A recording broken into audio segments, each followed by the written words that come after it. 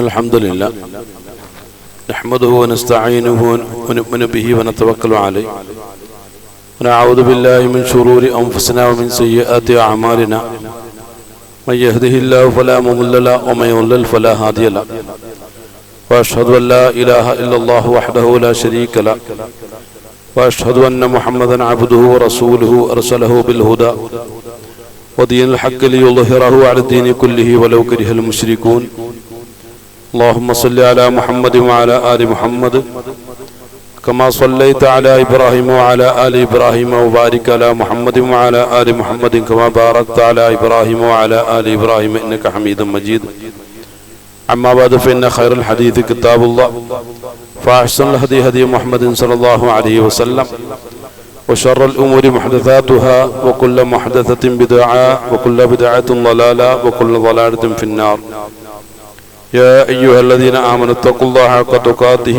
ولا تموتن إلا وأنتم مسلمون أعوذ بالله من الشيطان الرجيم بسم الله الرحمن الرحيم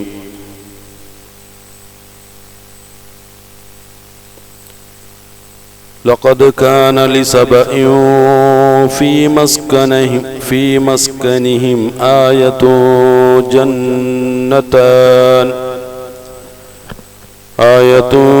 جنتان عن يمين وشمال كلوا من رزق ربكم واشكروا له بلدة طيبة ورب غفور فأعرضوا فأرسلنا عليهم سيل العرم وبدلناهم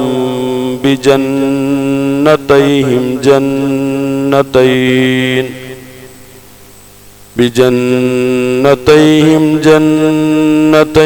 ذواتي أكل خمط وأثل وشيء من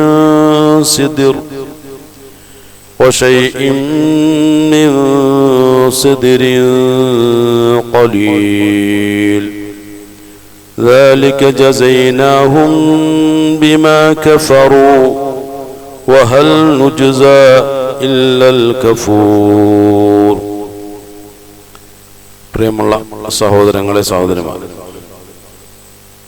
അല്ലാഹുവിന്റെ കൽപ്പനകളെ അങ്ങേയറ്റം സൂക്ഷ്മതയോടുകൂടി കൈകാര്യം ചെയ്യണമെന്നും തഖ്വ ഉൾക്കൊണ്ട് ജീവിതത്തെ ചിട്ടപ്പെടുത്തണമെന്നും എന്നോടും നിങ്ങളോടും ആദ്യമായി ഉണർത്തുകയാണ്.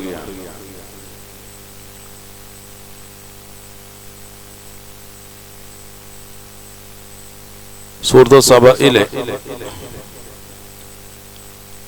15-ാമത്തെ ആയത്ത് നാം ഒന്ന് പരിശോധിച്ച് നോക്കിയാൽ അല്ലാഹു സുബ്ഹാനഹു വ തആല സബഅ നിവാസികൾക്ക് നൽകിയ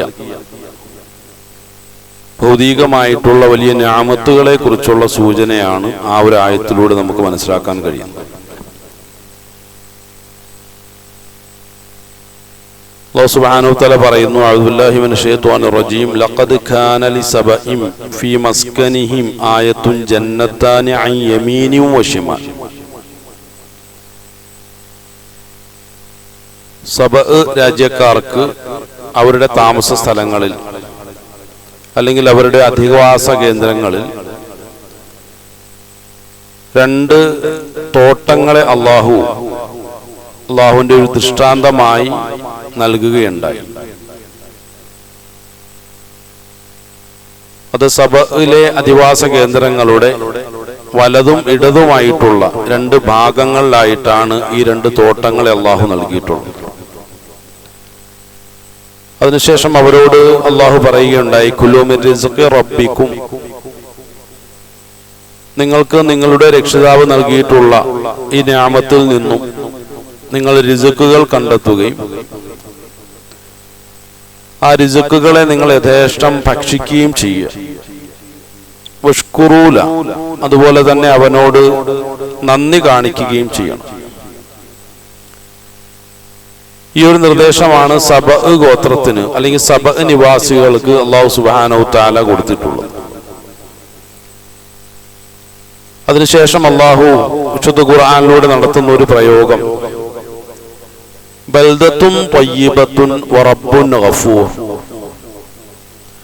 നല്ല ഒരു നാടാണത്. അതുപോലെ തന്നെ അവരുടെ പാപങ്ങൾ പൊറുക്കാൻ ഒരു റബ്ബും. എത്രയോ ആനന്ദകരമായ സന്തോഷകരമായ ഒരു അവസ്ഥാവിശേഷമാണ് സബ നിവാസികൾക്ക് അള്ളാഹു ഒരുക്കി കൊടുത്തത്. എന്നാൽ അവരുടെ നിലപാടുകളിലൂടെ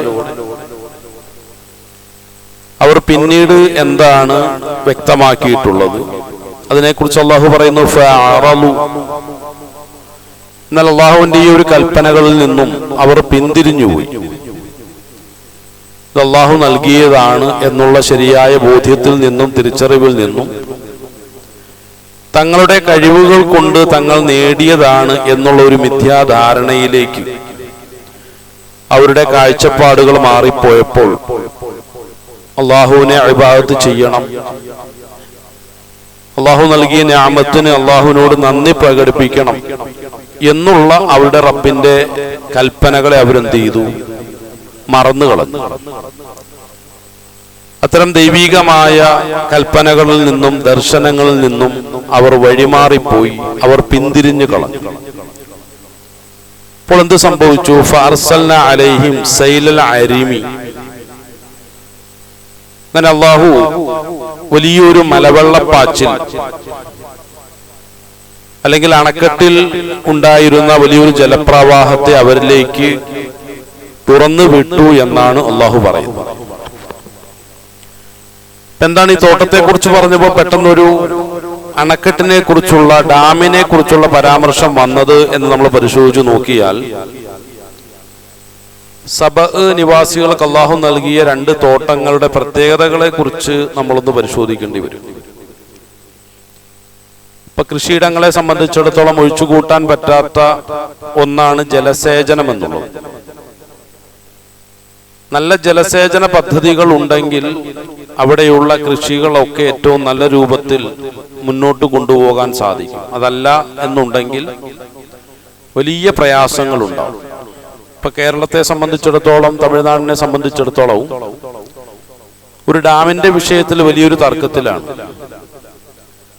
മുല്ലപ്പെരിയാർ ഡാമിന്റെ അപകടാവസ്ഥയെക്കുറിച്ചുള്ള വാദങ്ങൾ കേരളം മുന്നോട്ട് വയ്ക്കുമ്പോൾ തമിഴ്നാടിനെ സംബന്ധിച്ചിടത്തോളം അത്തരം ഭീഷണികളൊന്നും ഇല്ലാത്തത് കൊണ്ട്, എന്നാൽ ഈ ഡാമുമായി ബന്ധപ്പെട്ട എന്തെങ്കിലും ഒരു നിർമ്മാണ പ്രവർത്തനങ്ങളുമായി കേരളം മുന്നോട്ട് പോയി കഴിഞ്ഞാൽ തങ്ങളുടെ ജലസേചനത്തെ അത് ബാധിക്കുമോ എന്നുള്ള വല്ലാത്തൊരു ഭയം തമിഴ്നാടിനുള്ളത് കൊണ്ടാണ് വലിയൊരു അപകടത്തെ മുൻനിർത്തിക്കൊണ്ടുള്ള ചർച്ചകൾ നടന്നാലും അതൊന്നും തങ്ങളെ ബാധിക്കുന്ന വിഷയമേ അല്ല. തങ്ങളുടെ കൃഷിയും അതേ തുടർന്നുണ്ടാകുന്ന തങ്ങളുടെ വരുമാനവും അതേ തുടർന്നുള്ള നിലനിൽപ്പുമാണ് പ്രധാനപ്പെട്ട പ്രശ്നം എന്നുള്ള നിലയ്ക്ക് ആ ഒരു നിലപാടിൽ അവർ ഉറച്ചു നിൽക്കുമ്പോൾ തീർച്ചയായും അവരുടെ കൃഷികളുടെ നിലനിൽപ്പിനായിട്ടുള്ള ജലസേചനമാണ് അവരുടെ മുഖ്യമായ പ്രശ്നം എന്ന് നമുക്ക് മനസ്സിലാക്കാൻ കഴിയും. ഉദാഹരണമായി സൂചിപ്പിച്ചു എന്ന് മാത്രം. ഇതേ നിലയ്ക്ക് തന്നെ അവരുടെ ജലസേചനത്തിനും അവർ ഉണ്ടാക്കി വെച്ചിട്ടുള്ള ഒരു പദ്ധതി എന്നുള്ളത് വലിയൊരു ഡാമായിരുന്നു. മാരിബ് എന്ന പേരിലാണ് ആ ഒരു ഡാം അറിയപ്പെടുന്നത്. മാരിബ് ഡാം എവിടെയായിരുന്നു, അതിന്റെ അവസ്ഥ എന്തായിരുന്നു എന്നുള്ള വിഷയത്തെക്കുറിച്ച് കൂടുതൽ നമ്മൾ പഠിക്കാൻ തയ്യാറായാൽ ഇതുമായി ബന്ധപ്പെട്ട വിശാലമായിട്ടുള്ള ഒരു വിശദീകരണം നമുക്ക് ലഭ്യമാണ്. പിന്നീട് സംഭവിച്ചത്, അള്ളാഹുവിന്റെ നിഅമത്തിന് നന്ദി അർപ്പിക്കുവാൻ തയ്യാറാകാതെ ഇതൊക്കെ തങ്ങളുടെ കഴിവുകൾ കൊണ്ട് തങ്ങൾ നേടിയതാണ് എന്നുള്ള ഒരു മിഥ്യാധാരണയിലേക്കും തെറ്റായ ധാരണയിലേക്കും സബയിലെ നിവാസികൾ കടന്നുപോയപ്പോൾ അള്ളാഹു അവരെ പഠിപ്പിക്കുകയാണ്, ഇത് നിങ്ങളുടെ കഴിവുകളിലോ നിങ്ങളുടെ ശക്തിയിലോ പെടുന്ന ഒരു വിഷയമല്ല, മറിച്ച് എന്റെ ഔദാര്യം തന്നെയായിരുന്നു എന്ന് സബ നിവാസികൾ അള്ളാഹു സുബ്ഹാനഹു വ തആല പഠിപ്പിച്ചത് ആ ഒരു ഡാം തകർച്ചയിലൂടെയായിരുന്നു. ഡാം തകർന്നതോടുകൂടി അതിന്റെ പരിസര പ്രദേശത്തുണ്ടായിരുന്ന കൃഷിയിടങ്ങളൊക്കെ തകർന്നു പോവുകയും ലക്ഷക്കണക്കിന് ആളുകൾ മരണപ്പെടുന്ന ഭീകരമായൊരവസ്ഥയിലേക്ക് ആ ഒരു ശിക്ഷ സബഅ് ഗോത്രത്തെ അല്ലെങ്കിൽ സബഅ് നിവാസികളെ ബാധിക്കുകയും ചെയ്തു എന്നാണ് ഈ ഒരു ചരിത്രത്തിലൂടെ നമുക്ക് മനസ്സിലാക്കാൻ കഴിയുന്നത്. പ്രിയമുള്ളവരെ, പിന്നീട് നമുക്കവിടെ കാണാൻ കഴിയുന്നത് ഉപയോഗശൂന്യമല്ലാത്ത തോട്ടങ്ങൾക്ക് പകരം കയ്പുള്ള കായ്കനികളെ ഉൽപ്പാദിപ്പിക്കുന്ന ചില ചെടികളും അതുപോലെ തന്നെ കാറ്റാടി മരങ്ങളും അല്പം ചില വാഗമരങ്ങളും മാത്രമാണ് അവിടെ പിന്നീട് അവശേഷിച്ചത്. അത്രമാത്രം ഉപയോഗപ്രദമായതെല്ലാത്തിനെയും തകർത്തെറിഞ്ഞുകൊണ്ട് അവിടെ റിസ്കിന്റെ അടിസ്ഥാനങ്ങളെയൊക്കെ തകർത്തെറിഞ്ഞുകൊണ്ടാണ് മാരിബ് ഡാം അവിടെ അതിശക്തമായ രൂപത്തിൽ പൊട്ടിപ്പിളർന്ന് ആ ഒരു ജലപ്രവാഹം സബഅ് നിവാസികൾക്ക് നേരെ ഇരച്ചു വന്നത്. ലക്ഷക്കണക്കിന് ആളുകളുടെ മരണത്തിനും വലിയൊരു ശിക്ഷയ്ക്കും കാരണമായി തീർന്നു എന്ന് അള്ളാഹു പറയും. അതിനുശേഷമുള്ള ആയത്തിലൂടെ അള്ളാഹു പറയുന്നത് ദാലിക ജസൈനാഹും ബിമാ കഫറു വഹൽ നുജാസി ഇല്ലൽ കഫൂർ. അപ്പോൾ അവർ നന്ദി കേട് കാണിച്ചതിന്റെ ഫലമായി, അവർ കുഫ്രിയത്ത് പ്രകടിപ്പിച്ചതിന്റെ ഫലമായി അള്ളാഹു എന്ത് ചെയ്തു? അവർക്ക് പ്രതിഫലമായി നൽകിയതാണ് ഈ ഒരു ശിക്ഷ. ഇങ്ങനെ നന്ദി കേട് കാണിക്കുന്ന ആളുകളോടൊക്കെയുള്ള നമ്മളുടെ ഒരു നിലപാട് ഇതാണ് എന്ന് അള്ളാഹു വ്യക്തമാക്കുക. തുടർന്ന് എന്ത് സംഭവിച്ചു എന്നുള്ളതാണ്. ഇപ്പൊ സബഅ് ഗോത്രം എന്നുള്ളത് നൂഹ് നബി അലൈഹിസ്സലാമയുടെ സന്താന പരമ്പരയിൽപ്പെട്ട ഒരു വിഭാഗം ആളുകളിൽ നിന്നും രൂപപ്പെട്ടിട്ടുള്ള ഒരു ജനവർഗമാണ് എന്ന് ചരിത്രം പരിശോധിക്കുമ്പോൾ നമുക്ക് മനസ്സിലാക്കാൻ കഴിയും. അതിൽ പ്രധാനമായും കഹ്ലാൻ, ഹിമ്മിയർ എന്ന് പറയുന്ന ഗോത്രങ്ങൾ, അങ്ങനെ ധാരാളം ഉപഗോത്രങ്ങൾ അടങ്ങുന്ന വളരെ വിശാലമായൊരു ഗോത്രമാണ്. അതിന്റെ പൊതുവായ ഗോത്രത്തിന്റെ പേര് കഹ്താൻ എന്നാണ്. ഇപ്പൊ കഹ്താനികൾ എന്നാണ് ഇവർ അറിയപ്പെടുന്നത്. ഇപ്പൊ കഹ്താനികളിൽപ്പെട്ട കഹ്ലാൻ, ജുർഹൂം, അതുപോലെ തന്നെ ഹിമ്യർ പോലുള്ള ഈ ഗോത്രങ്ങൾ പിന്നീട് ആ ഒരു നാട്ടിൽ നിലനിൽപ്പില്ല എന്ന് മനസ്സിലാക്കിക്കൊണ്ട്, കാരണം അവരുടെ എല്ലാ റിസ്കിന് വേണ്ടിയിട്ടുള്ള സാമ്പത്തികമായിട്ടുള്ള അതുപോലെ തന്നെ വിഭവങ്ങളുടെ എല്ലാം നശിച്ചു പോയിട്ടുണ്ട്. അതിന്റെ ശേഷികളൊന്നുമില്ല. ഇനിയിപ്പോ ആ രാജ്യത്ത് ജീവിച്ചിരുന്നിട്ട് കാര്യമില്ല. അതുകൊണ്ട് എന്ത് ചെയ്യും? മറ്റുള്ള ഇടങ്ങളിലേക്ക് പലായനം ചെയ്യും. ഇത് ലോകത്ത് നടന്ന ഒരു സംഭവമായിട്ട് വിശുദ്ധ ഖുർആൻ നമ്മെ പരിചയപ്പെടുത്തുകയാണ്. ഒരുപക്ഷെ അള്ളാഹുവിന്റെ വലിയൊരു ശിക്ഷ ഒരു നാട്ടിൽ നടന്നു എന്നുള്ള ഒരു ചർച്ച നമ്മൾ മുന്നോട്ട് വയ്ക്കുമ്പോൾ അള്ളാഹു സുബ്ഹാനഹു തആലയുടെ നടപടിക്രമം എത്രമാത്രം യുക്തിഭദ്രമാണ് എന്ന് തുടർന്നുള്ള സംഭവത്തെ നാം ഒന്ന് പരിശോധിച്ചു നോക്കിയാൽ നമുക്ക് മനസ്സിലാക്കാൻ കഴിയും. കാരണം മഹാനായ ഇബ്രാഹിം നബി അലൈഹിസ്സലാം സ്വന്തം നാട്ടിൽ നിന്നും പലായനം ചെയ്ത് അള്ളാഹുവിന്റെ തീരുമാനപ്രകാരം മക്കയിലേക്ക് എത്തുമെങ്കിൽ ഇബ്രാഹിം നബി അലൈഹി ഇസ്ലാം ജനവാസമില്ലാത്ത ആ ഒരു മേഖലയിൽ നിന്നുകൊണ്ട് ഭൗതികമായ നോട്ടത്തിൽ തികച്ചും പ്രതികൂലമെന്ന് നമുക്ക് ചിന്തിക്കാവുന്ന, തോന്നിപ്പോകാവുന്ന ഒരു ദുആ അവിടെ വെച്ച് നടത്തുന്നുണ്ട്. ആ ഒരു ദുആയ്ക്ക് അല്ലാഹു സുബ്ഹാനഹു വതആല ഉത്തരം നൽകുന്നത് അള്ളാഹുവിന്റെ ഇത്തരം ചില സുന്നത്തുകളിലൂടെയാണ്, അല്ലെങ്കിൽ നടപടിക്രമങ്ങളിലൂടെയാണ്. ലോകത്ത് സമാനമായിട്ടുള്ള ധാരാളം സംഭവങ്ങളെ നമുക്ക് കാണാൻ കഴിയും. ഇപ്പൊ മഹാനായ ഇബ്രാഹിം നബി അലൈഹിസ്സലാം സ്വന്തം നാട്ടിൽ നിൽക്കാൻ കഴിയാതെ അദ്ദേഹം ഒരു പട്ടണവും വിട്ട് യാത്ര ചെയ്തു പോകുന്ന ആ ഒരു പശ്ചാത്തലത്തെ കുറിച്ച് വിശുദ്ധ ഖുർആൻ നമ്മെ പരിചയപ്പെടുത്തുന്നുണ്ട്. ഇപ്പൊ സൂറത്തുൽ അംബിയായിലെ 40 മുതലുള്ള ആയത്തുകൾ നാം ഒന്ന് പരിശോധിച്ചു നോക്കിയാൽ,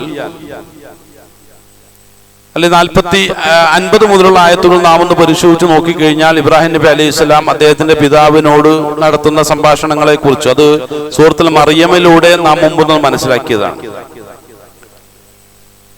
വ്യത്യസ്തമായ തലത്തിലാണ്, വ്യത്യസ്തമായ പരിപ്രേക്ഷ്യത്തിൽ നിന്നുകൊണ്ടാണ് ഖുർആൻ ഈ ഒരു വിഷയത്തെ അവതരിപ്പിച്ചുകൊണ്ടിരിക്കുന്നത്. എല്ലാം നമുക്ക് പാഠമാകാൻ വേണ്ടിയിട്ടാണ്. അങ്ങനെ സൂറത്തുൽ അംബിയയിലെ 52-ാമത്തെ ആയത്തിലൂടെ അള്ളാഹു നമ്മെ പഠിപ്പിക്കുന്നത് ഇബ്രാഹിം നബി അലൈഹി സ്വലാം അദ്ദേഹത്തിന്റെ പിതാവിനോട് നടത്തിയ സംസാരം. മഹാദിഹി തമാസീലു അല്ലത്തി അൻതും ലഹാ ആകിഫൂൻ. നിങ്ങൾ വിഗ്രഹങ്ങളെ സൃഷ്ടിക്കുകയും ആ വിഗ്രഹങ്ങൾക്ക് മുന്നിൽ ഭജന ഇരിക്കുകയും ചെയ്യുന്ന കാഴ്ചകൾ ഞാൻ കാണുന്നുണ്ടല്ലോ. അപ്പോൾ അവർ പറയുന്നത് ഇത് ഞങ്ങളുടെ പൂർവ്വപിതാക്കന്മാരൊക്കെ നടപ്പിലാക്കിയിട്ടുള്ളൊരു സമ്പ്രദായമാണ്. കഴിഞ്ഞ ആഴ്ചകളിലൊക്കെ ആയിട്ട് നമ്മൾ ചർച്ച ചെയ്തു പോയതാണ്. അതിന്റെ ഒരു രാഷ്ട്രീയപരമായിട്ടുള്ള സാഹചര്യങ്ങൾ, സാമൂഹികമായിട്ടുള്ള അതിന്റെ ഒരു പ്രാധാന്യമൊക്കെ.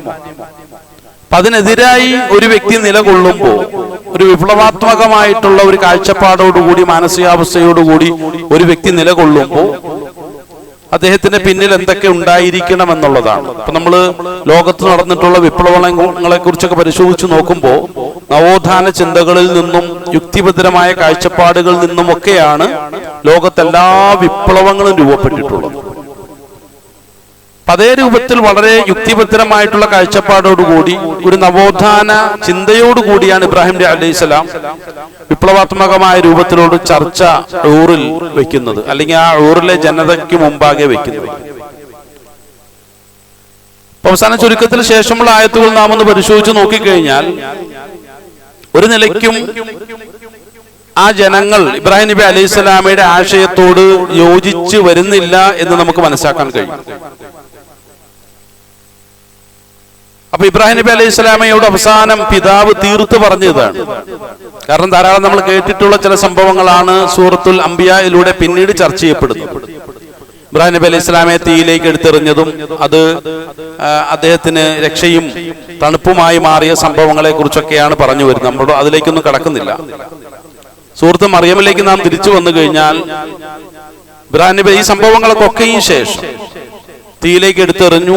അവിടെ നിന്നും അല്ലാഹു സുബ്ഹാനഹു വ തആല അദ്ദേഹത്തെ രക്ഷിച്ചു. അദ്ദേഹം എന്തോ ഒരു ജീവിയെ പോലെയാണ്. അദ്ദേഹം ഒരു ജിന്നാണോ അല്ലെങ്കിൽ മറ്റുള്ള എന്തെങ്കിലും മന്ത്രതന്ത്ര വിദ്യകൾ ഇദ്ദേഹത്തിന് അറിയാമോ എന്നുള്ള നിലയ്ക്ക് അദ്ദേഹത്തിലുള്ള സത്യത്തെ മറച്ചു പിടിക്കാൻ വേണ്ടിയിട്ടുള്ള കൊണ്ടുപിടിച്ച ശ്രമങ്ങളാണ് പിന്നീട് ജനങ്ങൾ നടത്തുന്നത്. അതെന്നും അങ്ങനെയാണ്. ഒരു സത്യത്തിനെതിരിൽ നിലകൊള്ളുന്ന ആളുകൾ സത്യത്തെ എന്നും അസത്യത്തിന്റെ നിറങ്ങൾ പൂശിക്കൊണ്ട്, അല്ലെങ്കിൽ അസത്യത്തിന്റെ ചില വാദമുഖങ്ങളെ മുൻനിർത്തിക്കൊണ്ട് ആ സത്യത്തെ അടച്ചു കളയാനുള്ള കൊണ്ടുപിടിച്ച ശ്രമങ്ങൾ നടത്തിക്കൊണ്ടേയിരിക്കും. കാരണം ലോകത്ത് നവോത്ഥാനത്തെ, അതുപോലെ തന്നെ വിപ്ലവങ്ങളെ ഭയപ്പെടുന്ന ആളുകളുടെ ഒരു രീതി അതാണ്. ആ ഒരു മാനസികാവസ്ഥയാണ് അല്ലാഹു സുബ്ഹാനഹു വ തആല ശരിയായ രൂപത്തിൽ നമുക്ക് മുമ്പാകെ വിശുദ്ധ ഖുർആനിലൂടെ അവതരിപ്പിക്കുന്നത്. അവിടെ നമുക്കുള്ള നിലപാട് എന്തായിരിക്കണം, നമ്മളുടെ നിലപാട് എന്തായിരിക്കണം? ഈ അസത്യത്തിന്റെ ആളുകളോടൊപ്പം ചേർന്ന് നിന്നുകൊണ്ട് ഇത്തരം യുക്തിഭദ്രമായിട്ടുള്ള കാഴ്ചപ്പാടുകളിൽ നിന്നും പിന്തിരിഞ്ഞ് ഒരു നവോത്ഥാന ചിന്തയിൽ നിന്നും മാറി നിൽക്കണമോ, അല്ലെങ്കിൽ നവോത്ഥാനങ്ങളെ നിരുത്സാഹപ്പെടുത്തണമോ? അതല്ല, സത്യത്തെ ശരിയായ രൂപത്തിൽ മനസ്സിലാക്കി. ഇപ്പം കഴിഞ്ഞ ആഴ്ച നമ്മൾ ഈരാറ്റുപേട്ടയുടെ നടന്ന സംഭവങ്ങളെ കുറിച്ചൊക്കെ സൂചിപ്പിക്കുകയുണ്ടായി. ആ നിലയ്ക്ക് തന്നെ സത്യത്തെ ഉൾക്കൊണ്ടുകൊണ്ട് തന്നെ ഒരു നവോത്ഥാന ചിന്തയോടുകൂടി തന്നെ ആ യുക്തിക്കൊക്കെ പ്രാധാന്യം കൊടുത്തുകൊണ്ട് ബുദ്ധിപരമായി മുന്നോട്ട് പോകുന്ന ഒരവസ്ഥ നമ്മൾ സ്വീകരിക്കണം എന്ന് തന്നെയാണ് ഖുർആൻ ഇവിടെ വ്യക്തമാക്കുന്നത്. കാരണം ഖുർആൻ രണ്ട് വിഭാഗം ആളുകളെ കുറിച്ച് പരിചയപ്പെടുത്തുമ്പോഴും ഒരു വിഭാഗം വിജയിച്ചതായിട്ടും മറുവിഭാഗം പരാജയപ്പെട്ടതായിട്ടും അവതരിപ്പിക്കുന്നുണ്ട്. ഇപ്പൊ ജീവിതത്തിൽ ഒരു നിലയ്ക്കും പരാജയപ്പെട്ട ആളുകളോട് നമ്മൾ ചേർന്ന് നിൽക്കാൻ പാടില്ല എന്നാണ് ഖുർആൻ അടിക്കടി നമ്മെ ബോധ്യപ്പെടുത്തിക്കൊണ്ടേയിരിക്കുന്നത്. കാരണം എന്നും യുക്തിചിന്തയുടെയും നവോത്ഥാനത്തിന്റെയും വിപ്ലവത്തിന്റെയും ഭാഗത്ത് അവയ്ക്ക് നേതൃത്വം കൂടി നൽകിക്കൊണ്ടിരിക്കുന്ന എല്ലാം പ്രവാചകന്മാരും ആ പ്രവാചകന്മാരെ ഉൾക്കൊണ്ടിട്ടുള്ള സത്യവിശ്വാസികളായിട്ടുള്ള അനുയായികളുമാണ്.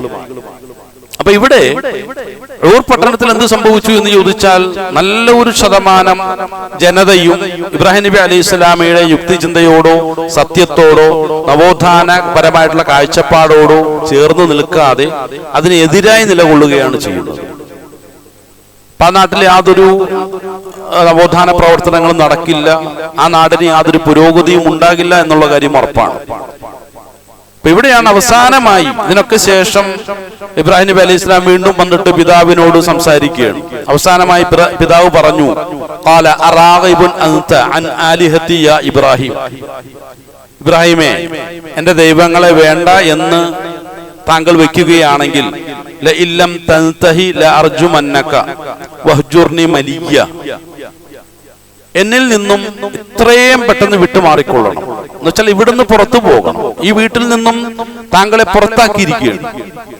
ഇനിയും ഇത്തരം എന്തെങ്കിലും സംസാരവുമായി മുന്നോട്ട് വന്നാൽ നമ്മുടെ കുലദൈവങ്ങളെ അല്ലെങ്കിൽ നമ്മുടെ പ്രാദേശികമായ ദൈവങ്ങളെ, ഇവിടുത്തെ ഇത്തരം വിഗ്രഹങ്ങളെയൊക്കെ എതിർത്തുകൊണ്ടുള്ള പൂർവ്വപിതാക്കന്മാരൊക്കെ ഇവിടെ സംസ്ഥാപിച്ചിട്ടുള്ള ഇത്തരം വിശ്വാസങ്ങൾക്കെതിരായിട്ടുള്ള ഒരു കാഴ്ചപ്പാടുമായിട്ടാണ് താങ്കൾ ഇനിയും മുന്നോട്ട് വരുന്നതെങ്കിൽ തീർച്ചയായും താങ്കൾക്കെതിരിൽ ശക്തമായ ഒരു ശിക്ഷ ഞാൻ നടപ്പിലാക്കുന്നതാണ് എന്ന് പറഞ്ഞാൽ താങ്കളെ എറിഞ്ഞു കൊല്ലുക തന്നെ ചെയ്യുമെന്ന് പറഞ്ഞുകൊണ്ട് അവസാനത്തെ സ്വന്തം നിലപാട് ഇബ്രാഹിം നബി അലൈഹി സ്വലാമയോട് പിതാവായ ആസർ പ്രകടിപ്പിക്കുകയാണ്. ആ സമയത്ത് ഇബ്രാഹിം നബി അലൈഹി സ്വലാം പറഞ്ഞു, ഖാല സലാമുൻ അലൈക്, പിതാവേ താങ്കളോട് ഞാൻ സലാം പറയുന്നു. സഅസ്തഗ്ഫിറു ലക റബ്ബി, എന്റെ റബ്ബിനോട് താങ്കൾക്ക് വേണ്ടി ഞാൻ പാപമോചനം തേടുന്നതാണ്. ഇന്നഹു കാന ബി ഹഫിയ്യ, കാരണം എന്നോട് ഏറ്റവും ദയയുള്ളവനായിട്ടാണ് എൻ്റെ റബ്ബിനെ എനിക്ക് മനസ്സിലാക്കാൻ കഴിയുന്നത്. പ്രിയമുള്ള പലപ്പോഴും അള്ളാഹു അല്ലാത്ത ദൈവിക സങ്കല്പങ്ങളെ മുൻനിർത്തിക്കൊണ്ട് പല കാഴ്ചപ്പാടുകളും കടന്നു വരുമ്പോൾ അതിന്റെ പിന്നിലുള്ള താല്പര്യങ്ങൾ എന്താണ് എന്നുകൂടി മനസ്സിലാക്കുമ്പോഴാണ് പലപ്പോഴും ഇത്തരം ചിന്തകൾക്കെതിരിൽ നിലകൊള്ളുന്ന ആളുകളുടെ ഗതികേടിനെ കുറിച്ച് കൂടുതലായി നമുക്ക് മനസ്സിലാക്കാൻ കഴിയുന്നത്. അല്ലാഹു അല്ലാത്ത ഏതെങ്കിലും ഒരു ദൈവിക സങ്കല്പം എവിടെയെങ്കിലും സ്ഥാപിക്കണം എന്നുണ്ടെങ്കിൽ അതിന്റെ പിന്നിൽ തികച്ചും ഭൗതികമായ താല്പര്യങ്ങൾ ഉണ്ടായിരിക്കും. നമുക്ക് തന്നെ അറിയാമല്ലോ, ഇപ്പൊ ഇസ്ലാമിൽ പോലും അല്ലാഹു അല്ലാത്ത മറ്റുള്ള ഇലാഹുകളുടെ അല്ലെങ്കിൽ ശക്തികളുടെ വ്യക്തികളുടെ സാധ്യതകളുണ്ട് എന്ന് പറയപ്പെടുന്ന ആളുകൾ പോലും, പറയുന്ന ആളുകൾ പോലും അവരുടെ പിന്നിലുള്ള ആത്യന്തികമായ താല്പര്യം എന്താണ്? വിശുദ്ധ ഖുർആനും ഹദീസും ഇത്ര വ്യക്തമായ രൂപത്തിൽ ഇവിടെ നിലകൊള്ളുമ്പോഴും മറ്റുള്ള ഇലാഹി സങ്കല്പങ്ങളുമായി അല്ലെങ്കിൽ മറ്റുള്ള ശക്തികളെ കുറിച്ചോ ഇടതേട്ടത്തെക്കുറിച്ചോ എന്തിനു നിങ്ങൾ പറയണമെന്ന് നമ്മൾ ചോദിക്കുമ്പോഴും ഖുർആനെയും ഹദീസിനെയും സമ്പൂർണ്ണമായി മാറ്റി നിർത്തിക്കൊണ്ട് മറ്റുള്ള കേവല വ്യാഖ്യാനങ്ങളിലൂടെയാണ് അവർ അവരുടെ ന്യായത്തെ സമർത്ഥിക്കാൻ ശ്രമിക്കുന്നത്. ഈ അടുത്ത കാലത്ത് അത്തരം ഒരു ആശയങ്ങളെ ഉൾക്കൊള്ളുന്ന ഒരു സ്ഥാപനത്തിൽ പഠിക്കുന്ന ഒരു കുട്ടി വളരെ സങ്കടത്തോടുകൂടി എന്നാൽ അങ്ങേയറ്റം ആശങ്കയോടുകൂടി ചോദിച്ചൊരു ചോദ്യമാണ്, ഞങ്ങളുടെ സ്ഥാപനങ്ങളിൽ പഠിപ്പിക്കപ്പെടുന്നത് ഇന്ന കാര്യങ്ങളാണ്, അതിലെന്ത് യാഥാർത്ഥ്യമുണ്ടെന്നുള്ള കാര്യം ഒന്ന് പറഞ്ഞു തരണമെന്നാണ് ആ ഒരു കുട്ടി ചോദിച്ചത്. ആ കുട്ടി ചോദിച്ച വിഷയം ഇതാണ്: അള്ളാഹു വലിയ ശക്തിയാണ്, അവന്റെ ശക്തിയെക്കുറിച്ച് നമുക്ക് വർണ്ണിക്കാൻ കഴിയില്ല, വിശദീകരിക്കാൻ കഴിയില്ല, അത്രമാത്രം വലിയൊരു ശക്തിയാണ്. ആ ശക്തിയിലേക്ക് നേരിട്ട് ഇടപെടാൻ മനുഷ്യരായ അശക്തരായ നമ്മളെ കൊണ്ട് സാധ്യമല്ല. അതുകൊണ്ടാണ് ഇടത്തേട്ടുകാരുടെ ആവശ്യം അല്ലെങ്കിൽ ഇടത്തട്ടുകാരായിട്ടുള്ള ആളുകളുടെ ആവശ്യകതയെ കുറിച്ച് പറയുന്നത് എന്നാണ് ഞങ്ങളുടെ അധ്യാപകർ ഞങ്ങളെ ക്ലാസ് റൂമിൽ പഠിപ്പിച്ചിട്ടുള്ളത് എന്നാണ് പറഞ്ഞത്. അപ്പൊ ഇടത്തേട്ടത്തിന് വേണ്ടിയിട്ടുള്ള ആളുകൾ എന്ത് ചെയ്തു? അവിടെ സ്ഥാപിക്കണം. കാരണം നേർക്ക് നേരെ അള്ളാഹു എന്നുള്ള മഹാശക്തിയിലേക്ക് നമുക്ക് ഇടപെടാൻ കഴിയില്ല. കാരണം മനുഷ്യർ അശക്തരാണ് എന്നുള്ളത് ഒരു യാഥാർത്ഥ്യമാണ്. യഥാർത്ഥത്തിലാണ് ഭൗതികമായ അവസ്ഥയിലാണ്, ശാരീരികമായ അവസ്ഥയിലാണ്. എന്നാൽ ആത്മീയമായ അവസ്ഥയിൽ മനുഷ്യന്റെ വലിയ ശേഷിയെക്കുറിച്ചും അവന്റെ കഴിവിനെക്കുറിച്ചും ഒക്കെ ഇന്ന് മോഡേൺ സയൻസ് പോലും വളരെ വ്യക്തമായ രൂപത്തിൽ പഠിച്ചുകൊണ്ടിരിക്കുകയാണ്, വിശദീകരിച്ചുകൊണ്ടിരിക്കുകയാണ്. എന്നാൽ മനുഷ്യന്റെ ഭൗതികമായ തലത്തെ മാത്രം മുൻനിർത്തിയിട്ടാണ് ഇവർ ദൈവികതകൾക്കിടയിൽ ഇടത്തേട്ടത്തിന്റെ ആവശ്യകതയെ കുറിച്ച് വ്യക്തമാക്കും. ചുരുക്കത്തിൽ പറഞ്ഞു വന്നത്, അള്ളാഹു എന്നുള്ള ശക്തിയെ നമുക്ക് പ്രാപിക്കാൻ കഴിയില്ല. അതുകൊണ്ട് അള്ളാഹുവുമായി കൂടുതൽ സാമീപ്യം സിദ്ധിച്ചിട്ടുള്ള മഹത്തുക്കളായിട്ടുള്ള ആളുകളെ മുൻനിർത്തിയിട്ട് വേണം അള്ളാഹുവിനോട് നമ്മൾ ദുആ ചെയ്യാൻ എന്നാണ് അവർ പറയുന്നത്. അതിലെന്ത് യാഥാർത്ഥ്യമാണുള്ളത് എന്ന്. പ്രധാനമായിട്ടും മക്കയിൽ റസൂലുള്ളാഹി സ്വല്ലല്ലാഹു അലൈഹി വസല്ലം ദഅവത്ത് ചെയ്തുകൊണ്ടിരിക്കുന്ന വേളയിൽ അവിടെയുള്ള ആളുകൾക്കിടയിൽ ഉണ്ടായിരുന്നൊരു വാദമായിരുന്നു ഇത്. കാരണം അള്ളാഹുവിലേക്ക് നേർക്കുനേരെ ഇടപെടാൻ നമ്മളെ കൊണ്ട് സാധ്യമല്ല. അതുകൊണ്ട് ഇവിടെയുള്ള വിഗ്രഹങ്ങൾ നമ്മൾ വിചാരിക്കുന്നത് പോലെ ഒന്നല്ല. ഈ ലാത്ത എന്ന് പറഞ്ഞാൽ അള്ളാഹുവിനോട് ഒരു കാലത്ത് വളരെയധികം സാമീപ്യം ഉണ്ടായിരുന്ന മഹാനായ ഒരു വ്യക്തിയുടെ വിഗ്രഹമാണ്. ശരിയാണ്, ചരിത്രപരമായി പരിശോധിച്ച് നോക്കുമ്പോൾ തായിഫിന്റെ അതിർത്തിയോട് ചേർന്ന്, അല്ലെങ്കിൽ തായിഫിന്റെ അതിർത്തിയിൽ മക്കയിൽ ജീവിച്ചിരുന്ന ഒരു മഹാനായ ഒരു വ്യക്തിയായിരുന്നു ലാത്ത്. അദ്ദേഹം ഹജ്ജാജികളായിട്ടുള്ള ആളുകൾക്ക് ദൂരദേശത്ത് നിന്നും വെള്ളം കൊണ്ടുവന്ന് കൊടുക്കുകയും അതുപോലെ അവർക്കുള്ള രുചികരമായിട്ടുള്ള ഭക്ഷണങ്ങൾ ഒരുപാട് കഷ്ടപ്പെട്ട് ത്യാഗം ചെയ്ത് തയ്യാറാക്കിയിരുന്ന ഒരു മഹാനായിരുന്നു. ഇദ്ദേഹം എന്താ മോശക്കാരനാണോ? ഇദ്ദേഹത്തെ എന്തിനാണ് നമ്മൾ നിന്ദിക്കുന്നത് എന്നുള്ള രൂപത്തിൽ, കാരണം ആരെയും നിന്ദിച്ചിട്ടില്ലല്ലോ റസൂലുള്ളാഹി സ്വല്ലല്ലാഹു അലൈഹി വസല്ലം. റസൂലുള്ളാഹി സ്വല്ലല്ലാഹു അലൈഹി വസല്ലം ആരെയും നിന്ദിച്ചിട്ടില്ല. പക്ഷേ ഇവരെയൊക്കെ നിന്ദിക്കുന്ന ഒരു വ്യക്തിയാണ് ഈ നിൽക്കുന്ന വ്യക്തി എന്നുള്ള രൂപത്തിൽ സമൂഹ മധ്യത്തിൽ തെറ്റിദ്ധരിപ്പിച്ചിട്ടാണ് ഇവർ ഇവരുടെ വാദങ്ങൾക്ക് പിൻബലം നൽകിക്കൊണ്ടിരിക്കുന്നത്. അതൊരു തന്ത്രപരമായ നീക്കമാണ്. അതുപോലെ തന്നെ മക്കയിൽ സ്ഥാനം പിടിച്ചിട്ടുള്ള പ്രതിഷ്ഠിച്ചിട്ടുള്ള വിഗ്രഹങ്ങൾ ആരുടേതൊക്കെയാണ്? അതിൽ മഹാനായ ഒരു വ്യക്തിയുടെ പേരിലാണ് അറിയപ്പെടുന്നത്. ഒന്ന്, ഉലുൽ അസ്മുകളിൽ ഉൾപ്പെടുന്ന മഹാനായ പ്രവാചകർ ഇബ്രാഹിം നബി അലൈഹി ഇസ്ലാമിയുടെ വിഗ്രഹമാണ്. മറ്റൊന്നോ, അദ്ദേഹത്തിന്റെ പുത്രൻ, അദ്ദേഹത്തിന്റെ പാരമ്പര്യത്തെ, അദ്ദേഹത്തിന്റെ മതത്തെ ശരിയായ രൂപത്തിൽ അനുധാപനം ചെയ്യുകയും അത് സമൂഹത്തെ പഠിപ്പിക്കുകയും ചെയ്ത ഒരു കാലഘട്ടത്തിലെ മഹാനായ ഒരു പ്രവാചകനാണ് ഈ നിൽക്കുന്നത്. ആരാണിത്? ഇത് ഇസ്മായിൽ നബി അലൈഹി ഇസ്ലാമാണ്. അപ്പൊ മക്ക എന്നുള്ളൊരു പ്രദേശത്തെ മക്കയാക്കി മാറ്റിയതിന്റെ പിന്നിൽ ഇസ്മായിൽ നബി അലൈഹി ഇസ്ലാമിയുടെ പ്രവർത്തനങ്ങൾ അത് നമ്മൾ പഠിക്കേണ്ട ഒരു വിഷയം തന്നെയാണ്. നമ്മളിപ്പോ മാരിബ് ഡാം പൊട്ടിയ സംഭവത്തെ കുറിച്ച് പറഞ്ഞു. അത് വന്നു ചേരുന്ന നേരെ മക്കയിലേക്കാണ്. ഇബ്രാഹിം നബി അലൈഹി സ്വലാമയുടെ ദുആയിലേക്കാണ് ആ ഒരു സംഭവം വന്നു ചേരുന്നത്. അല്ലാഹു സുബ്ഹാനഹു വ തആല ആ രൂപത്തിലാണ് അതിനെ തർത്തീബാക്കുന്നത്. അത്ഭുതകരമായ സംഭവങ്ങളാണ്. ഇതൊക്കെ നമ്മൾ പഠിച്ചിരിക്കണം. പറഞ്ഞു വന്ന വിഷയം, അത്രത്തോളം മഹാനായിട്ടുള്ള ഈ ഇബ്രാഹിം നബി അലൈഹി സ്വലാമയും അതുപോലെ തന്നെ പുത്രനായ ഇസ്മായിൽ നബി അലൈഹി സ്വലാമയും ഒക്കെ നിന്ദിക്കാനാണല്ലോ മുഹമ്മദെ താങ്കൾ കടന്നു വന്നിട്ടുള്ളത് എന്നാണ് ജനമധ്യത്തിൽ നിന്നുകൊണ്ട് പലപ്പോഴും അബൂ ജഹലും ഉത്ബയും ഷൈബയും അതുപോലെ തന്നെ അബൂ ലഹബും ഒക്കെ റസൂലുള്ളാഹി സ്വല്ലല്ലാഹു അലൈഹി വസല്ലമയോട് പ്രതികരിച്ചുകൊണ്ടിരുന്നത്. അപ്പൊ ജനങ്ങൾ വല്ലാതെ തെറ്റിദ്ധരിച്ചു പോകും. ശരിയാണല്ലോ, ഇത്രത്തോളം മഹത്തുക്കളായ ആളുകളെ നിന്ദിക്കാൻ വേണ്ടിയിട്ടാണോ, അവരെ ആക്ഷേപിക്കാൻ വേണ്ടിയിട്ടാണ് മുഹമ്മദ് പുതിയ മതവുമായിട്ട് കടന്നു വന്നിട്ടുള്ളത്? അത് തന്ത്രപരമായ ഒരു ഇടപെടലാണ്, അല്ലെ തന്ത്രപരമായ ഒരു പ്രതികരണമാണ്. കാരണം ഈ പ്രതികരണം കേൾക്കുമ്പോൾ ജനങ്ങൾ വൈകാരികമായി എന്ത് ചെയ്യും? അവരുടെ നിയന്ത്രണം വിട്ടുപോകും. അപ്പൊ അവരെല്ലാം കൂടി എന്ത് ചെയ്യും? മുഹമ്മദിനോടും മുഹമ്മദിന്റെ ആശയത്തോടും സല്ലല്ലാഹു അലൈഹി വസല്ലം അവർ വൈകാരികമായി പ്രതികരിച്ചോളും എന്നുള്ള തന്ത്രപരമായ ഒരു നീക്കമാണ് അവർ നടത്തിക്കൊണ്ടിരിക്കുന്നത്. ഇപ്പൊ നവോത്ഥാന ചിന്തകളും പ്രസ്ഥാനങ്ങളും ഒക്കെ കേരളത്തിലേക്ക് കടന്നു വന്നപ്പോഴും അതിനെ എതിർക്കുന്ന ആളുകളും നടത്തിയൊരു തന്ത്രപരമായ സംസാരം ഈ രൂപത്തിലാണ്. കാരണം മക്കയുടെ മുശ്രിക്കീങ്ങളുടെ അതേ സുന്നത്തിനെ പിൻപറ്റിക്കൊണ്ട്, അത്ഭുതകരമാണ് ആലോചിക്കുമ്പോൾ, മക്കയിലെ മുശ്രിക്കീങ്ങളുടെ അതേ സുന്നത്തിനെ പിൻപറ്റിക്കൊണ്ടാണ് പറഞ്ഞത് നമ്മുടെ പൂർവികരായിട്ടുള്ള മഹത്തുക്കളെ, ഇമാമുമാരെ, ഔലിയാക്കന്മാരെ ഒക്കെ എതിർക്കാൻ വേണ്ടിയിട്ടാണ്, ആക്ഷേപിക്കാൻ വേണ്ടിയിട്ടാണ് ഇവർ കടന്നു വന്നത് എന്ന് പറയുകയുണ്ടായി. പലപ്പോഴും അത്തരം നവോത്ഥാന പ്രസ്ഥാനത്തിന്റെ ആളുകൾ എന്ന് പറഞ്ഞുകൊണ്ട് പലപ്പോഴും പക്വതയില്ലാത്ത ചില ആളുകളും കൂടി കടന്നു വരുന്നപ്പോ അവരുടെ വാദങ്ങൾ ജനങ്ങൾ മുഖവിലേക്ക് എടുക്കേണ്ട ഒരു സാഹചര്യം ഉണ്ടായി. അതൊരു ദുര്യോഗമാണ്, ഒരു ഗതികേടാണ്. റസൂലുള്ളാഹി സ്വല്ലല്ലാഹു അലൈഹി വസല്ലം ഒരിക്കലും അവരെ അനാദരിച്ചില്ല. മറിച്ച് വിശുദ്ധ ഖുർആനിലെ ഓരോരോ ആയത്തുകൾ ഇറങ്ങി തുടങ്ങി. അവിടെയുള്ള മുശ്രിക്കീങ്ങളുടെ വാദങ്ങളുടെ മുനയുടിക്കും വിധമുള്ള ഓരോരോ ആയത്തുകൾ വിശുദ്ധ ഖുർആനിൽ അവതീർണമായി തുടങ്ങി. എന്താണ് ആയത്തുകൾ ചർച്ച ചെയ്യപ്പെട്ടത്? മഹാനായ ഇബ്രാഹിം നബി അലൈഹി സ്വലാം ആരാണ്? അദ്ദേഹത്തിന്റെ ജീവിതം എന്താണ്? അദ്ദേഹത്തിന്റെ ജീവിതത്തിന്റെ സന്ദേശം എന്താണ്? അദ്ദേഹം ഒരു ഹുനഫ ആയിരുന്നു, അദ്ദേഹം ഒരു ഹനീഫ് ആയിരുന്നു എന്നുള്ള നിലയ്ക്ക് വളരെ കൃത്യമായ രൂപത്തിൽ അവരുടെ യുക്തിയോടും അവരുടെ ചിന്തകളോടും സംവദിക്കുന്ന രൂപത്തിലുള്ള വിശുദ്ധ ഖുർആനിലെ ആയത്തുകൾ അങ്ങനെ ഇറങ്ങി വന്നുകൊണ്ടേയിരുന്നു. അപ്പോഴാണ് പലപ്പോഴും മക്കയിൽ ഉണ്ടായിരുന്ന മുസ്ലിങ്ങളുടെ ആളുകളുടെ ഇത്തരം ചില ദുഷ്ടലാക്കോടുകൂടിയുള്ള പ്രവർത്തനങ്ങളെ തടയിടാൻ ആദരവായ റസൂലുള്ളാഹി സ്വല്ലല്ലാഹു അലൈഹി വസല്ലമക്ക് സാധിച്ചിട്ടുള്ളൂ. അതൊരു തന്ത്രപരമായ നീക്കമായി. അപ്പൊ ഇബ്രാഹിം നബി അലൈഹി സ്വലാം എന്ന് പറഞ്ഞാൽ ഇങ്ങനെ വിഗ്രഹവൽക്കരിക്കപ്പെടേണ്ട ഒരു വ്യക്തിയല്ല.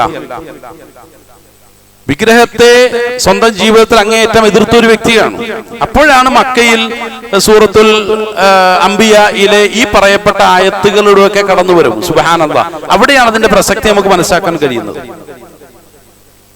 കാരണം ഈ വിഗ്രഹങ്ങളെയാണ് നിങ്ങൾ ആരാധിക്കുന്നത്. അവസാനം അവരെന്ത് ചെയ്യുന്നു?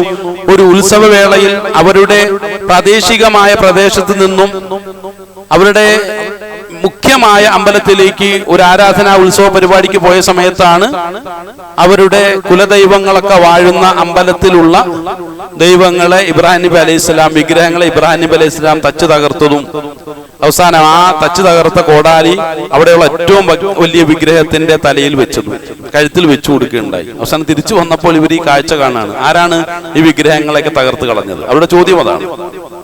അപ്പൊ അതാണ് ഖുർആൻ വളരെ വ്യക്തമായ രൂപത്തിൽ ആ ഒരു സംഭവത്തെ കുറിച്ച് വ്യക്തമാക്കുന്നത്. അവർ ചോദിച്ചു, ഖാലു മൻ ഫഅല ആദാ, ആരാണ് ഈ പ്രവർത്തിച്ചത്? ബി ആലിഹത്തിനാ, നമ്മളുടെ ഇലാഹുകളോട് ആരാണ് ഇങ്ങനെയൊക്കെ പ്രവർത്തിച്ചത്? ഇന്നഹു ലമിനൽ ളാലിമീൻ, ആ പ്രവർത്തിച്ചയാൾ അങ്ങേയറ്റം അതിക്രമകാരിയാണ്. ഖാലു, അങ്ങനെ അവർ പറഞ്ഞു, സമിഅനാ ഫത്തൻ യദ്കുറുഹും യുഖാലു ലഹു ഇബ്രാഹിം, ഒരു യുവാവിനെ കുറിച്ച് ഞങ്ങൾ കേട്ടിട്ടുണ്ട്, അദ്ദേഹത്തെ നമുക്ക് മനസ്സിലാക്കാൻ കഴിയുന്നത് ഇബ്രാഹിം എന്നാണ്. അപ്പൊ ഇബ്രാഹിം എന്ന് പറയുന്ന ഒരു ചെറുപ്പക്കാരനായിരിക്കാം ഇത് ചെയ്തിട്ടുള്ളത്. കാരണം നാട്ടിൽ വിഗ്രഹത്തിന്റെ നിരർത്ഥകതയെ കുറിച്ചും അത്തരം വിശ്വാസങ്ങളിലുള്ള അപ്രായോഗികതയെ കുറിച്ചൊക്കെ സംസാരിക്കുന്ന ഒരു വ്യക്തി അദ്ദേഹം മാത്രമാണ്. അങ്ങനെ എന്ത് ചെയ്തു? ഇവർ വന്നിട്ട് ചോദിച്ചു, ഖാലു ഫഅതൂ ബിഹി അലാ അഅ്യുനിൻ നാസി ലഅല്ലഹും യശ്ഹദൂൻ. അവിടെ അവർ പറഞ്ഞു, എങ്കിൽ ആ ഒരു മനുഷ്യനെ ജനങ്ങളുടെ മുന്നിലേക്ക് കൊണ്ടുവരണം. അങ്ങനെ ജനങ്ങൾ ചോദിച്ചു, ഖാലു അഅൻത ഫഅൽത ഹാദാ ബി ആലിഹത്തിനാ യാ ഇബ്രാഹിം, ഇബ്രാഹിമേ താങ്കളാണോ ഈ ഒരു പ്രവൃത്തി ചെയ്തത്? ഇബ്രാഹിം നബി അലൈഹി സലാം പറയുന്നു, ഖാല ബൽ ഫഅലഹു കബീറുഹും ഹാദാ ഫസ്അലൂഹും ഇൻ കാനൂ യൻതിഖൂൻ. നിങ്ങളെല്ലാം വലിയ അമ്പലത്തിലെ ഉത്സവത്തിന് വേണ്ടി പോയതല്ലേ, അപ്പൊ ഇവിടെ എന്താ സംഭവിച്ചെന്ന് അറിയോ നിങ്ങൾക്ക്? വലിയൊരു സംഭവത്തിന് ഞാൻ സാക്ഷ്യം വഹിച്ചു. ഇബ്രാഹിം അവരുടെ മുന്നിൽ നിന്നുകൊണ്ട് സംസാരിക്കുകയാണ്. എന്തോ ഒരു കാരണത്താൽ ഈ വലിയ വിഗ്രഹത്തിന് ചെറിയ വിഗ്രഹങ്ങളോട് നീരസം വെറുപ്പുണ്ടായി. അപ്പോൾ തന്നെ എന്ത് ചെയ്തു? ഞാൻ നോക്കുമ്പോൾ ഈ വലിയ വിഗ്രഹം ഇങ്ങനെ നടന്നു പോയിട്ട് അവിടെ ഇരുന്ന കോടാലി എടുത്തിട്ട് എല്ലാത്തിനെയും ചന്നം ഭിന്നം തകർക്കുന്ന ഒരു ഭീകരമായ കാഴ്ചക്കാണ് ഞാൻ സാക്ഷ്യം വഹിച്ചത് എന്ന് ഒരല്പം പൊടിപ്പും തങ്ങളും വെച്ചെന്ത് ഇബ്രാഹിം നബി അലൈഹി സ്വലാം വളരെ ബുദ്ധിപരമായി അവരോട് സംസാരിക്കുകയാണ്.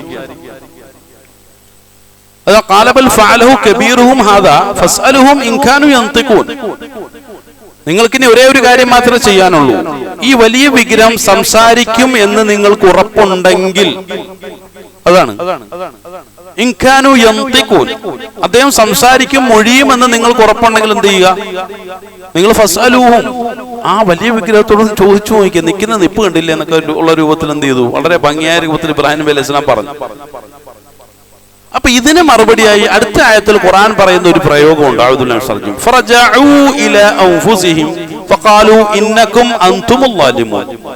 അവരവരുടെ മാനസികാവസ്ഥയിലേക്ക് മടങ്ങി. കാരണം ബുദ്ധിപരമായ ചോദ്യങ്ങൾക്കും ചിന്തകൾക്കും മുന്നിൽ പലപ്പോഴും ഈ ഒരു അവസ്ഥ മനുഷ്യന് സംഭവിക്കുന്നുണ്ട്. ഉദാഹരണം, എന്റെ ഭാഗത്ത് വലിയൊരു തെറ്റ് സംഭവിച്ചു. അപ്പൊ ഒരാൾ എന്നോട് പറഞ്ഞു അത് തെറ്റാണെന്ന് പറഞ്ഞു. എന്നാലും അത് തെറ്റാണെന്നുള്ളൊരു ബോധ്യം എനിക്ക് ഉണ്ടാകുമ്പോഴും അത് തെറ്റല്ല, കാരണം ഇവരുടെ മുന്നിൽ തെറ്റാണെന്ന് സമ്മതിച്ചു കൊടുത്തു കഴിഞ്ഞാൽ ഞാൻ ചെറുതായി പോകുമല്ലോ എന്നുള്ള ഉൾഭയത്താൽ ചിലപ്പോൾ എന്ത് ചെയ്യും? അതിനെ ന്യായീകരിക്കാനുള്ള ചില കുൽസിതമായിട്ടുള്ള ശ്രമങ്ങൾ ഞാൻ നടത്തും. അത് മനുഷ്യ സഹജമാണ്, എല്ലാവരിലും അല്ല, നന്മ ഉൾക്കൊള്ളുന്ന ആളുകളിലല്ല. തെറ്റാണെന്ന് മനസ്സിലാക്കി കഴിഞ്ഞാൽ അപ്പോൾ തന്നെ എന്ത് ചെയ്യും? അത് തെറ്റാണ് എന്ന് ബോധ്യപ്പെടുകയും അതിനുള്ള പരിഹാരങ്ങൾ കണ്ടെത്തുകയും ചെയ്യും. പക്ഷെ സത്യത്തെ ഉൾക്കൊള്ളാൻ തയ്യാറില്ലാത്ത ആളുകളുടെ ഒരു പ്രത്യേകതയെ കുറിച്ച് അവരുടെ ഒരു സൈക്കോളജിയാണ്, മനഃശാസ്ത്രമാണ് അല്ലാഹു സുബ്ഹാനഹു വ തആല ഇവിടെ പറയുന്നത്. ഫറജഉ ഇലാ അൻഫുസിഹിം. ഇബ്രാഹിം നബി അലൈഹി സ്വലാമയുടെ ഈ ഒരു വാദം കേട്ടു. ഇനിയിപ്പോ വലിയ വിഗ്രഹത്തോട് ചോദിച്ചു നോക്കണം, ഈ ചെറിയ വിഗ്രഹങ്ങളെയൊക്കെ താങ്കളാണോ തച്ചു തകർത്തെന്ന് ചോദിച്ചു നോക്കേണ്ടി വരും. അങ്ങനെ ചോദിച്ചാൽ എത്രത്തോളം തങ്ങൾ ഇളിഭ്യരാകും എന്നുള്ള യാഥാർത്ഥ്യം മനസ്സിലാക്കിയ ജനങ്ങൾ എന്ത് ചെയ്തു? ഒരു വേള അറച്ചു നിന്നു. അവർക്ക് മനസ്സിലായി തങ്ങൾ ഈ പ്രവർത്തിച്ചുകൊണ്ടിരിക്കുന്ന ഒക്കെ ളുൽമാണ്, യഥാർത്ഥ ഇലാഹിൽ നിന്നുള്ള ഒളിച്ചോട്ടമാണ്, നാട്ടു സമ്പ്രദായങ്ങൾക്ക് അനുസൃതമായ രാജാവിനെ ഭയന്നിട്ടാണ്. ഇബ്രാഹിം നബി അലൈഹി സ്വലാമെ എതിർക്കുന്നത് തന്നെ ഇതൊന്നും സത്യമാണെന്ന് അറിയാഞ്ഞിട്ടല്ല, എന്നാൽ പോലും തങ്ങളുടെ നിലനിൽപ്പ് എന്നുള്ള ഒരൊറ്റ വിഷയത്തെ ഭയന്നിട്ടാണ് തങ്ങളൊക്കെയും തെറ്റിനോട് കൂട്ടുനിൽക്കുന്നത് എന്നുള്ള ശരിയായ ബോധ്യം ആ ജനതയ്ക്കുണ്ടായി എന്നാണ് ഖുർആൻ ഇവിടെ പറയാതെ പറയുന്നത്. അവരവരുടെ മനസ്സിലേക്ക് മടങ്ങിയപ്പോൾ അവർ അതിക്രമകാരികളാണ് എന്നുള്ള കാര്യം അവർക്ക് ബോധ്യപ്പെട്ടു. പ്രിയമുള്ളവരെ, ഈ ആയത്ത് എവിടെയാണ് അവതീർണമാകുന്നത്? ഇബ്രാഹിം നബി അലൈഹി സ്വലാമിയെ വലിയൊരു വിഗ്രഹമായി വെച്ച് വാഴിച്ചുകൊണ്ട് ഇബ്രാഹിം നബി അലൈഹി സ്വലാമിയുടെ പാരമ്പര്യത്തിലാണ് തങ്ങളെന്ന് ഉറച്ചു വിശ്വസിക്കുകയും ജനങ്ങളെ കൂടുതൽ കൂടുതൽ അത്തരം തെറ്റായ ബോധ്യത്തിലേക്ക് കൂട്ടിക്കൊണ്ടുവരികയും അതിനെതിരായി മഹാനായ റസൂലുള്ളാഹി സ്വല്ലല്ലാഹു അലൈഹി വസല്ലം കടന്നു വരുമ്പോൾ റസൂലുള്ളാഹി സ്വല്ലല്ലാഹു അലൈഹി വസല്ലമയ്ക്കെതിരിൽ ഈ മഹാനായ ഇബ്രാഹിം നബി അലൈഹി സ്വലാമയോടുള്ള അങ്ങേയറ്റത്തെ അനാദരവാണ്, ഈ ദഅവത്തിന്റെ പിന്നിലുള്ള താല്പര്യം എന്നൊക്കെ പറഞ്ഞുകൊണ്ട് ആക്ഷേപിച്ചുകൊണ്ടിരിക്കുമ്പോഴാണ് ജിബ്രീൽ അലൈഹി സ്വലാം കടന്നു വന്നിട്ട് ഈ ആയത്തുകൾ അവതരിപ്പിച്ചു കൊടുക്കുന്നത്. ആദരവായ റസൂലുള്ളാഹി സ്വല്ലല്ലാഹു അലൈഹി വസല്ലം ഇബ്രാഹിം നബി അലൈഹി സ്വലാമയുടെ അതേ മാർഗത്തെ 100% പിൻപറ്റുകയും ആ മാർഗത്തെ വീണ്ടും മക്കയിൽ നടപ്പിലാക്കാനായി കടന്നു വരുന്ന ഒരു മഹാനാണ് എന്നുള്ള നിലയ്ക്ക് ആ ജനതയ്ക്ക് മുമ്പാകെ അവതരിപ്പിച്ചു കൊടുക്കുകയാണ്. അപ്പൊ ഖുർആന്റെ ഈ ഒരു പ്രയോഗങ്ങളും ശൈലികളും ഒക്കെ കാണുമ്പോഴാണ് ഫുസാ അറിയ അറബി നന്നായിട്ട് വശമായിട്ടുള്ള മക്കയിലെ ജനതകൾ നന്നായിട്ട് ചിന്തിക്കുന്നതും ശരിക്കും ഈ ഖുർആനിൽ വലിയ സത്യങ്ങളുണ്ട് എന്നും മഹാനായ മുഹമ്മദ് എന്നുള്ളത് ഒരു പ്രവാചകനാണ് എന്നുള്ളതിനെ ഉൾക്കൊള്ളാനും പലപ്പോഴും അവിടുത്തെ ജനങ്ങളൊക്കെയും തയ്യാറാകുന്നു. വെറുതെ ഇങ്ങനെ റസൂലുള്ളാഹി ദഅവത്ത് ചെയ്തു അങ്ങനെ മുസ്ലിമായി എന്ന് പറയുന്നതിനപ്പുറം ആ ഖുർആന്റെ ഇടപെടൽ എത്രത്തോളം ആയിരുന്നുവെന്നും ഏത് രൂപത്തിലായിരുന്നു റസൂലുള്ളാഹി സ്വല്ലല്ലാഹു അലൈഹി വസല്ലമയുടെ ദഅവത്ത് അവിടെ പ്രായോഗികമായി നടപ്പിലാക്കിയതെന്നും എങ്ങനെയാണ് അവർക്ക് പ്രയോജനപ്പെട്ടത് എന്നും ഖുർആനിലൂടെ മനസ്സിലാക്കുമ്പോഴാണ് അതിന്റെ പിന്നിലുള്ള യുക്തികളെ നമുക്ക് മനസ്സിലാക്കാൻ കഴിയും. അവസാനം എന്താ സംഭവിച്ചു? ഉഫിൽ ലക്കും വലിമാ തഅബുദൂന മിൻ ദൂനില്ലാഹി അഫലാ തഅഖിലൂൻ. അവസാനം ഇബ്രാഹിം നബി അലൈഹി അവരോട് തന്നെ പറയാണ്, അവർക്ക് മിണ്ടാട്ടമില്ലാതായിപ്പോയി, തിരിച്ചു പ്രതികരിക്കാൻ കഴിയാതായിപ്പോയി. അപ്പൊ ഇബ്രാഹിം നബി അലൈഹി പറഞ്ഞു, നിങ്ങളുടെ കാര്യം വളരെ കഷ്ടം തന്നെ, പറഞ്ഞിട്ട് കാര്യമില്ല. അള്ളാഹു അല്ലാത്ത എത്രയോ ഇലാഹുകളെയാണ് നിങ്ങൾ ഇങ്ങനെ പ്രതിഷ്ഠിച്ചു കൊണ്ടിരിക്കുന്നത് എന്ന് പറഞ്ഞുകൊണ്ട് അവരോടുള്ള ആ ഒരു അസ്വസ്ഥതയും ഒക്കെ ഇബ്രാഹിം നബി അലൈഹി പ്രകടിപ്പിക്കുന്നതായിട്ടാണ് നമുക്ക് മനസ്സിലാക്കാൻ കഴിയുന്നത്. അപ്പോഴും മക്കയിൽ ഈ ആയത്തുകൾ വളരെ സജീവമായി നിലകൊള്ളുകയാണ്.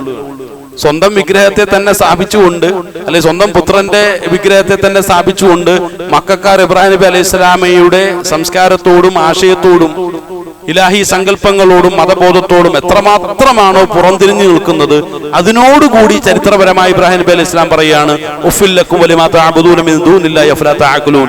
നിങ്ങൾ എന്താണ് അഖ്ൽ ഉപയോഗപ്പെടുത്താത്തത്? മക്കയിലെ ജനതയോട് ഇബ്രാഹിം നബി അലൈഹി സ്വലാമയെ കൊണ്ട് അല്ലാഹു സുബ്ഹാനഹു വ തആല സംസാരിപ്പിക്കുകയാണ്. സുബ്ഹാനല്ലാഹ്, എത്രയോ ശക്തമായ ഇടപെടലാണ് നടന്നുകൊണ്ടിരിക്കുന്നത്. നിങ്ങൾ എന്താണ് ചിന്തിച്ചുകൊണ്ടിരിക്കുക? നിങ്ങൾ എന്താണ് ചിന്തിക്കുക? നിങ്ങളെന്താ അഖിലിനെ ഉപയോഗപ്പെടുത്താത്തത്?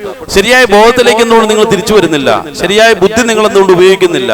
അള്ളാഹു അല്ലാത്ത മറ്റുള്ള ഈ ഇലാഹുകളെയൊക്കെ ആരാധിക്കുക എന്ന് പറഞ്ഞാൽ ഉഫില്ലക്കും, അത് അങ്ങേറ്റം മ്ലേച്ഛമായിട്ടുള്ള ഒരു പ്രവൃത്തിയാണ്, വളരെ മോശമാണെന്ന് പറഞ്ഞുകൊണ്ട് ഇബ്രാഹിം നബി അലൈഹി സ്വലാം മക്കൻ ജനതയോട് സംസാരിച്ചുകൊണ്ടിരിക്കുകയാണ്. ഇതേ രൂപത്തിൽ തന്നെ നവോത്ഥാന പ്രവർത്തന രംഗത്തും പലപ്പോഴും ഖുർആനും ഹദീസുകളും ഒക്കെ കടന്നു വന്നുകൊണ്ട് അതിനെതിരെ നിൽക്കുന്ന ആളുകളോട് സംസാരിക്കുന്നതായിട്ടും ഇടപെടുന്നതായിട്ടും പ്രതികരിക്കുന്നതൊക്കെ ആയിട്ട് നമുക്ക് ചരിത്രങ്ങൾ കൃത്യമായ രൂപത്തിൽ മനസ്സിലാക്കാൻ കഴിയും. കാര്യങ്ങളെ ശരിയായ രൂപത്തിൽ മനസ്സിലാക്കി അമൽ ചെയ്യാനുള്ള നല്ല ബോധവും ചിന്തയും നൽകി അള്ളാഹു നമ്മെ അവരെയും അനുഗ്രഹിക്കുമാറാകട്ടെ.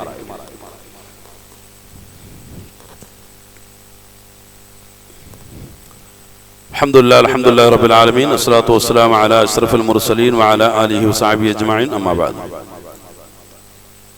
അഊദു ബില്ലാഹി മിനശ് ശൈത്വാനിർ റജീം. ബിസ്മില്ലാഹിർ റഹ്മാനിർ റഹീം. വഅതസിലുക്കും വമാ തദഊന മിൻ ദൂനില്ലാഹി വഅദഉ റബ്ബി അസാ അല്ലാ അകൂന ബിദുആഇ റബ്ബി ശഖിയ്യ. അള്ളാഹുവിന്റെ കൽപ്പനകളെ ശിരസാവഹിച്ചുകൊണ്ട് ജീവിതത്തെ മുന്നോട്ട് നയിക്കണമെന്നും തക്കയെ ഉൾക്കൊണ്ടുകൊണ്ട് ജീവിതത്തെ ചിട്ടപ്പെടുത്തണമെന്നും രണ്ടാമതൊന്നുകൂടി ഉണർത്തുകയാണ്. ഇബ്രാഹിം നബി അലൈഹി സ്വലാം അവരോട് അവസാനമായി പറയുകയാണ്, അല്ലെ പിതാവിനോട് പറയുകയാണ്, വഅതസിലുക്കും, ഞാൻ നിങ്ങളുടെ ആരാധ്യന്മാരെയൊക്കെ ഞാൻ വെടിയുകയാണ് സമ്പൂർണ്ണമായിട്ട്. വമാ തദഊന മിൻ ദൂനില്ലാഹ്, എന്റെ രക്ഷിതാവിനോട് ഞാൻ ദുആ ചെയ്യാണ്. വദഉ റബ്ബി അസാ അല്ലാ അകൂന ബിദുആഇ റബ്ബി ശഖിയ്യ, എന്റെ രക്ഷിതാവിനോട് ഞാൻ പ്രാർത്ഥിക്കുന്നത് മൂലം ഞാൻ ഭാഗ്യം കെട്ടവനാകാതിരുന്നേക്കാം എന്ന് പറഞ്ഞുകൊണ്ട് ഇബ്രാഹിം നബി അലൈഹി സ്വലാം എന്ത് ചെയ്തു? ആ ഒരു ഊർ പട്ടണത്തിൽ നിന്നും സഞ്ചരിക്കുകയാണ്. അവിടെ നിന്നും ഹിജറ ചെയ്യാൻ തയ്യാറാവുകയാണ്. ഇബ്രാഹിം നബി അലൈഹി സ്വലാമയുടെ ഈ ഒരു ഹിജറയോട് ചേർന്ന് നിൽക്കാൻ ഊർ പട്ടണത്തിൽ നിന്നും എത്ര ആളുകൾ തയ്യാറായി എന്ന് ചോദിച്ചാൽ 2 ആളുകൾ മാത്രമാണ്. ഒന്ന് ഇബ്രാഹിം നബി അലൈഹി സ്വലാമയുടെ പ്രിയ പത്നി സാറ ബീവിയും, മറ്റൊന്ന് ഇബ്രാഹിം നബി അലൈഹി സ്വലാമയുടെ അടുത്ത ബന്ധുവായിരുന്ന ലൂത്ത് എന്ന പേരുള്ള ഒരു ചെറുപ്പക്കാരനുമാണ്. അപ്പൊ ഇവർ ഊർ പട്ടണത്തിൽ നിന്നും ആ സ്വന്തം നാടും ഉപേക്ഷിച്ച് നേരെ ഹിജ്റ ചെയ്യാൻ തയ്യാറാകുന്ന ആ ഒരു സന്ദർഭത്തെയാണ് നമുക്ക് മനസ്സിലാക്കാൻ കഴിയുന്നത്. അങ്ങനെ ഫലമ്മ ഇഅ്തസലഹും വമാ യഅ്ബുദൂന മിൻ ദൂനില്ലാഹ് വഹബ്നാ ലഹു ഇസ്ഹാഖ വയഅഖൂബ് വകുല്ലൻ ജഅൽനാ നബിയ്യ. അല്ലാഹു സുബ്ഹാനഹു വ തആല വീണ്ടും ആ ചരിത്രം കുറച്ചൊന്ന് മുന്നോട്ടാക്കിയിട്ടൊന്ന് വിശദീകരിച്ചൊന്ന് പറയുകയാണ്. അങ്ങനെ ഇബ്രാഹിം നബി അലൈഹി സ്വലാം എന്ത് ചെയ്തു? വമാ യഅ്ബുദൂന മിൻ ദൂനില്ലാഹ്, അല്ലാഹുവിനെ കൂടാതെ ആ ജനത ആരാധിക്കുന്ന വിഗ്രഹങ്ങളെയും ആരാധ്യന്മാരെയെല്ലാം ഉപേക്ഷിച്ചിട്ട് അദ്ദേഹം അവിടെ നിന്നും യാത്ര പുറപ്പെടുകയാണ്. അതിനുശേഷം എന്ത് ചെയ്തു? നാം അദ്ദേഹത്തിന് ഇസ്ഹാക്കിനെയും ഒക്കെ പുത്രനായിട്ട് നാം കൊടുക്കുകയുണ്ടായി. അവരെല്ലാവരും അതുപോലെ തന്നെ യാക്കൂബ് നബി അലൈഹി സ്വലാമയുടെ ഒക്കെ ഒരു സന്താന പരമ്പരയിലൂടെ അദ്ദേഹത്തിന്റെ പുത്ര പാരമ്പര്യത്തിൽ നാം കൊണ്ടുവരികയുണ്ടായി. അവരെല്ലാവരും നബിമാരായി മാറി എന്ന് ഇബ്രാഹിം നബി അലൈഹി സ്വലാമയുടെ ആ ഒരു ജീവിതത്തെ കുറിച്ച് അല്ലാഹു സുബ്ഹാനഹു വ തആല വ്യക്തമാക്കുന്നു. ഇബ്രാഹിം നബി അലൈഹി സ്വലാമയുടെ ഹിജ്റയുടെ സംഭവ ബഹുലമായിട്ടുള്ള ആ ഒരു യാത്രയെ കുറിച്ചാണ് ഖുർആൻ ഇവിടെ സൂചിപ്പിക്കുന്നത്. ഇൻഷാ അല്ലാഹ് തുടർ ആഴ്ചകളിൽ അതുമായി ബന്ധപ്പെട്ടുള്ള ചർച്ചകളുമായി നമുക്ക് മുന്നോട്ട് പോവാം. ആ ഒരു ചർച്ചയിലൂടെ നമ്മൾ മുന്നോട്ട് പോയി കഴിഞ്ഞാൽ ഇൻഷാ അല്ലാഹ് ഇന്ന് ലോകത്ത് മുസ്ലിം സമുദായം നേരിടുന്ന സകലമാന പ്രശ്നങ്ങൾക്കുമുള്ള കാരണങ്ങളും അതിന് ഖുർആൻ മുന്നോട്ട് വയ്ക്കുന്ന പരിഹാരങ്ങളും ഇൻഷാ അല്ലാഹ് നമുക്ക് കണ്ടെത്താൻ കഴിയും. കാര്യങ്ങളെ ശരിയായ രൂപത്തിൽ മനസ്സിലാക്കി ചിന്തിച്ച് ജീവിക്കാനും ഖുർആനെ പ്രായോഗികവൽക്കരിക്കാനുള്ള നല്ല ബോധവും ചിന്തയും നൽകി അല്ലാഹു സുബ്ഹാനഹു വ തആല നമ്മെ ഏവരെയും അനുഗ്രഹിക്കുമാറാകട്ടെ. മരണം വരെയും ഈ ഒരു ഖുർആന്റെയും പഠന പ്രവർത്തന രംഗത്തും ഈമാനിലും ഒക്കെ സജീവമായി നിലകൊള്ളാനും ആ വഴിയിൽ തന്നെ കലിമത്തു ഷഹാദ ഉച്ചരിച്ചുകൊണ്ട് അള്ളാഹുവിലേക്ക് യാത്ര ചെയ്യാനുള്ള വലിയ സൗഭാഗ്യം നൽകി നമ്മളെല്ലാവരും അല്ലാഹു സുബ്ഹാനഹു വ തആല കബൂൽ ചെയ്യുമാറാകട്ടെ. നമ്മളിൽ നിന്ന് വന്നുപോയിട്ടുള്ള വലുതും ചെറുതുമായ മുഴുവൻ പാപങ്ങളെയും അള്ളാഹുവിന്റെ മഹത്തായ അനുഗ്രഹം കൊണ്ട് വിട്ടുകൊടുത്ത് മാപ്പാക്കി തരുമാറാകട്ടെ. ലോകത്ത് കഷ്ടപ്പാടുകൾ ദുരിതങ്ങൾ അനുഭവിക്കുന്ന എല്ലാ മുസ്ലിമീങ്ങളെയും എല്ലാവിധ പ്രയാസങ്ങളിൽ നിന്നും ബുദ്ധിമുട്ടുകളിൽ നിന്നും അള്ളാഹു കരകയറ്റി അനുഗ്രഹിക്കുമാറാകട്ടെ. നമ്മളിൽ നിന്ന് മരണപ്പെട്ടുള്ള മുഴുവൻ ആളുകളുടെയും ഖബറുകളെ അള്ളാഹു വിശാലമാക്കുകയും മഗ്ഫിറത്തും മർഹമത്തും നൽകി അവരെല്ലാവരും അള്ളാഹു സുബ്ഹാനഹു വ തആല അനുഗ്രഹിക്കുകയും ചെയ്യുമാറാകട്ടെ. പെട്ടെന്നുള്ള മരണങ്ങളിൽ നിന്നും മാരകമായ രോഗങ്ങളിൽ നിന്നും എല്ലാവിധ ബലാ മുസീബത്തുകളിൽ നിന്നും പ്രകൃതി പ്രക്ഷോഭങ്ങളിൽ നിന്നൊക്കെ അള്ളാഹു നമ്മളെയും നമ്മുടെ കുടുംബത്തിലുള്ള നാട്ടിലുള്ള മുഴുവൻ ആളുകളും കാത്തുരക്ഷിച്ച് അനുഗ്രഹിക്കുമാറാകട്ടെ. മുസ്ലിം ലോകത്തെ അള്ളാഹു അനുഗ്രഹിക്കുമാറാകട്ടെ. നഷ്ടപ്പെട്ട ഇസ്സത്തിനെ ഖുർആന്റെ ഹദീസിന്റെ വഴിയിലൂടെ തിരിച്ചു പിടിക്കാനുള്ള തൗഫീഖും താഖത്തും കൊടുത്ത് മുസ്ലിം ലോകത്തെ അള്ളാഹു അനുഗ്രഹിക്കുമാറാകട്ടെ. അല്ലാഹു മഗ്ഫിർ ലിൽ മുഅ്മിനീന വൽ മുഅ്മിനാത്ത് വൽ മുസ്ലിമീന വൽ മുസ്ലിമാത്ത് അൽ അഹ്യാഇ മിൻഹും വൽ അംവാത്ത് റബ്ബനാ ആതിനാ ഫിദ് ദുനിയ ഹസന വഫിൽ ആഖിറതി ഹസനത വഖിനാ അദാബന്നാർ ആമീൻ ബിറഹ്മതിക യാ അർഹമർ റഹീമീൻ വൽഹംദുലില്ലാഹി റബ്ബിൽ ആലമീൻ.